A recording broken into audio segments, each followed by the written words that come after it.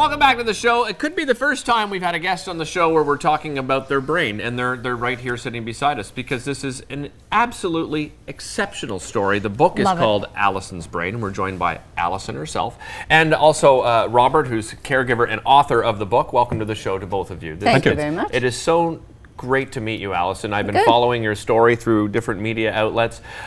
Walk us back, take us back to 2011. You found out, you were smelling very horrible odors, right? Yeah, we did. We did. Well, nobody did but me. Right. I smelled this olfactory hallucination that no one else that I was with could smell it. And I thought, well, that's rather odd to be getting this on your own. So went to a doctor. He sent me to the hospital to be scanned. And sure enough, they found a brain aneurysm. A biggie. Brain aneurysm. And so you had surgery, right? 12 hours worth of surgery. And Robert, coming out of that, explain to our viewers what situation was Allison in? Well, 2 weeks in a medically induced coma just to allow the brain seizure activity to settle down. And then for the first 3 months, well, initially she had no motor skill, no speech, and no memory. After 3 months, she began to demonstrate some memory. And when she was admitted to rehab in September of 2012, she was assessed as communicating like a 1-year-old. So she was then speaking in a lot of gibberish, and no one could understand her.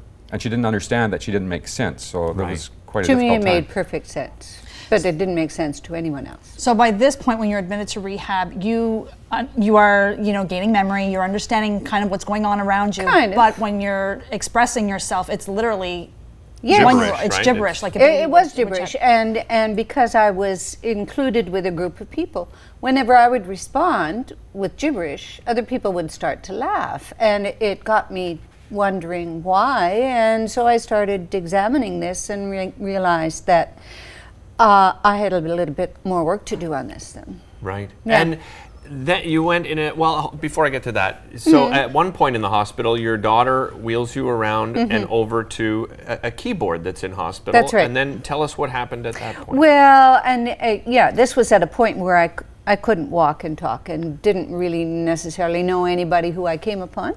But she pushed this wheelchair up to a piano, and there was some music, Beethoven's symphony or a sonata up on the piano, and my daughter said, "Mom, play this piece." So I put my hands up over top of the keyboard, and then I noticed that I was supposed to be playing down here, so I moved them a bit, started playing, and played, the first 12 bars of it, but it wasn't bad. That part about noticing that she moved her hands, she only came across when she looked at a video of it. Much later. Oh, really? We are seeing more and more people, Robert, go to more unconventional ways of treating themselves. And you write about that in the book. Tell us a little bit about the unconventional way that Allison began treatment. Well, in Allison's case, she benefited enormously from a hugely talented bunch of medical people, including speech-language pathologists, and in Allison's case, a music therapist who worked with her extensively. And the melodic intonation therapy that was used with Allison, I think, evoked what's called a neuroplastic response. So there was actually a structural change in her brain. And the therapists who looked at her story say that it's just amazing what she accomplished in such a short time. In fact, the speech-language pathologist who assessed her going into rehab as communicating like a 1-year-old happened to be at a Christmas concert in December 2013. So this is 16 months later. Allison is singing in English, French, and German. And the pathologist said it just blew her away and made her want to cry. Unbelievable. I find it's, I said earlier today, like it's mind blowing, and I don't mean that disrespectfully, but it's just of course the not. Brain is such a complex organ, but to hear this successful story that came out of it. Now, Robert, we were talking earlier about some of obviously there's the challenges, but there were like kind of time frames that were listed for, well, I mean, brain I think injury historically patients. people have operated under the notion that there are limits to recovery from brain injury, and that after a certain time has passed, if you've reached a so-called plateau, then there isn't much more hope. we're beginning to believe that that's not the case. And there are other instances like Trevor Green, the fellow who was hit over the head with an axe in Afghanistan. He's continued to make big breakthroughs. Yeah. And I think some of the traditional thinking about brain injury rehabilitation is now sort of out the door. And Allison, I think you really took control, right, of your own recovery. Well, part of it. yes, there's a part of my behavior that is where discipline is one of those things. It's always been there. I didn't know if it was coming back when I was in this particular state, but it came back. And I was not about to sit around and let this just become who I was. I decided I was going to fight as much as I could to get back to who I had been before. And you had mentioned that you were a little bit stubborn. I was really We make presentations about this to community groups, and I often say that Allison was obsessed with her recovery, which I think is a fair Yeah. Allison, do you have any ill effects to this day? No, Nothing. I don't. No. Yeah, it's quite phenomenal. It is really remarkable. It really is.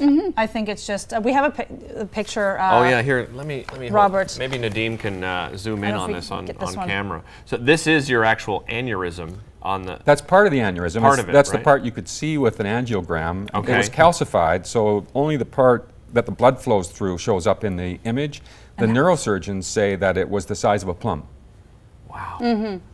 That is huge. And yeah, I'm It's sorry. big. Kind of a little bit, at a loss for words to express that. But to see you here and we're having this wonderful conversation and you're sharing your story, I think it's absolutely beautiful. Thank you so much for coming in with thank it. you. Where can people get a copy of the book? It's for sale on Amazon. It's for sale from Friesen Press online bookstore, and we have copies for sale ourselves. So Terrific. it's widely available. Excellent. Thank you both for being here. Thank you. Thank you. Really Wonderful. appreciate Thank you it. to Great have you. conversation. Don't go away. More daytime coming up right after this.